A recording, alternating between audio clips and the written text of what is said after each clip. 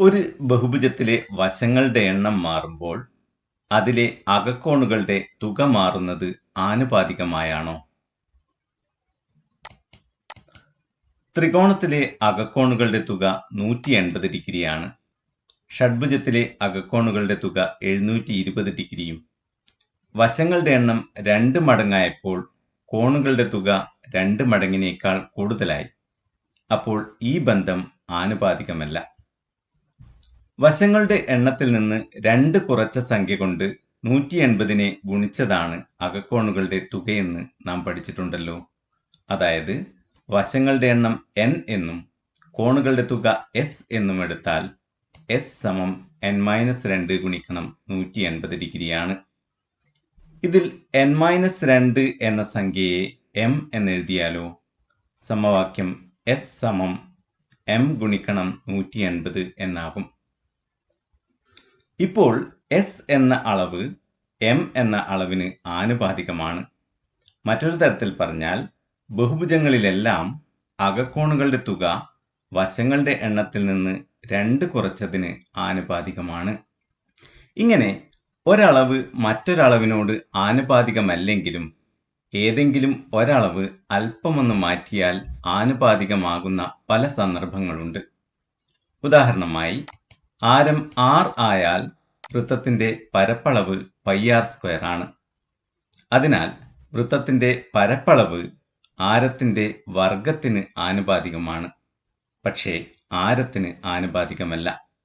മറ്റൊരു ഉദാഹരണം നോക്കാം. ഏത് സമബഹുഭുജത്തിലെയും എല്ലാ മൂലകളിലൂടെയും കടന്നു പോകുന്ന ഒരു വൃത്തം വരക്കാമല്ലോ. അടുത്തടുത്ത മൂലകൾ ഈ വൃത്തത്തിന്റെ കേന്ദ്രത്തിലുണ്ടാക്കുന്ന കോണിന്റെ അളവെന്തായിരിക്കും? ഒരു സമഭുജ ത്രികോണത്തിന്റെ അടുത്തടുത്ത മൂലകൾ കേന്ദ്രത്തിലുണ്ടാക്കുന്ന കോൺ 120 ഡിഗ്രിയാണ്. സമചതുരത്തിന്റെ അടുത്തടുത്ത മൂലകൾ കേന്ദ്രത്തിലുണ്ടാക്കുന്ന കോൺ 90 ഡിഗ്രിയാണ്. സമപഞ്ചഭുജത്തിന്റെ അടുത്തടുത്ത മൂലകൾ കേന്ദ്രത്തിലുണ്ടാക്കുന്ന കോൺ 72 ഡിഗ്രിയാണ്. വൃത്തകേന്ദ്രത്തിന് ചുറ്റുമുള്ള കോൺ 360 ഡിഗ്രിയാണ്.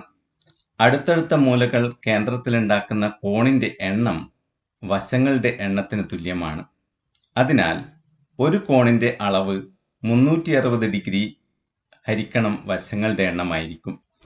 മറ്റൊരു തരത്തിൽ പറഞ്ഞാൽ n വശങ്ങളുള്ള സമബഹുഭുജത്തിന്റെ അടുത്തടുത്ത മൂലകൾ കേന്ദ്രത്തിലുണ്ടാക്കുന്ന കോൺ d ഡിഗ്രി ആയാൽ d സമം 360/n ആയിരിക്കും.